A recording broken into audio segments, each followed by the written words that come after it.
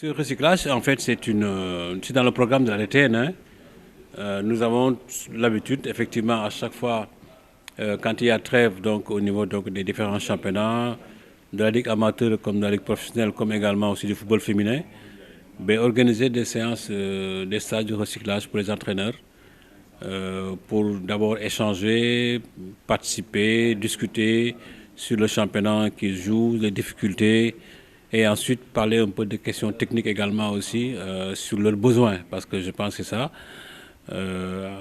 ça que ce soit en ligue professionnelle comme en ligue amateur. Mais surtout, comme j'ai dit, c'est des moments où effectivement, qui ne sont pas adversaires sur le terrain, mais ils sont tous des entraîneurs de ces clubs-là, qui puissent effectivement discuter entre eux, échanger et parler surtout de leur fonction d'entraîneur. Je crois que donc c'est l'objectif donc de ces séminaires-là. Et il y aura un deuxième, effectivement, à la fin du championnat, pour évaluer le championnat donc, de la Ligue amateur, de la Ligue professionnelle également du football féminin.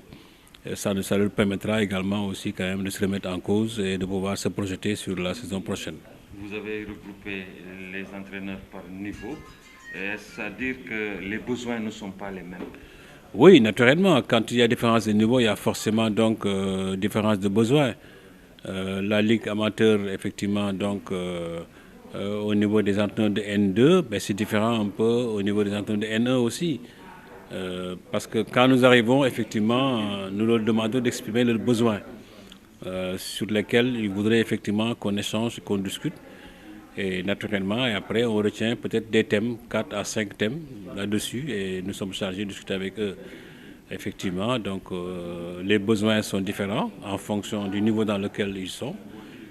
Peut-être les besoins de la Ligue amateur ne sont pas les mêmes pour le football féminin ni pour la Ligue professionnelle. Donc on s'attendra bientôt à un séminaire également pour le football féminin. Oh, oui, tout à fait, oui, parce que là, ils terminent pratiquement donc, le championnat avant de commencer les playoffs. Et avant de démarrer les playoffs, effectivement, nous devons les rencontrer également aussi pour faire la même chose. Le contenu, il y a eu plusieurs productions pour ce stage. Il y a eu d'abord un contenu sur la préparation mentale.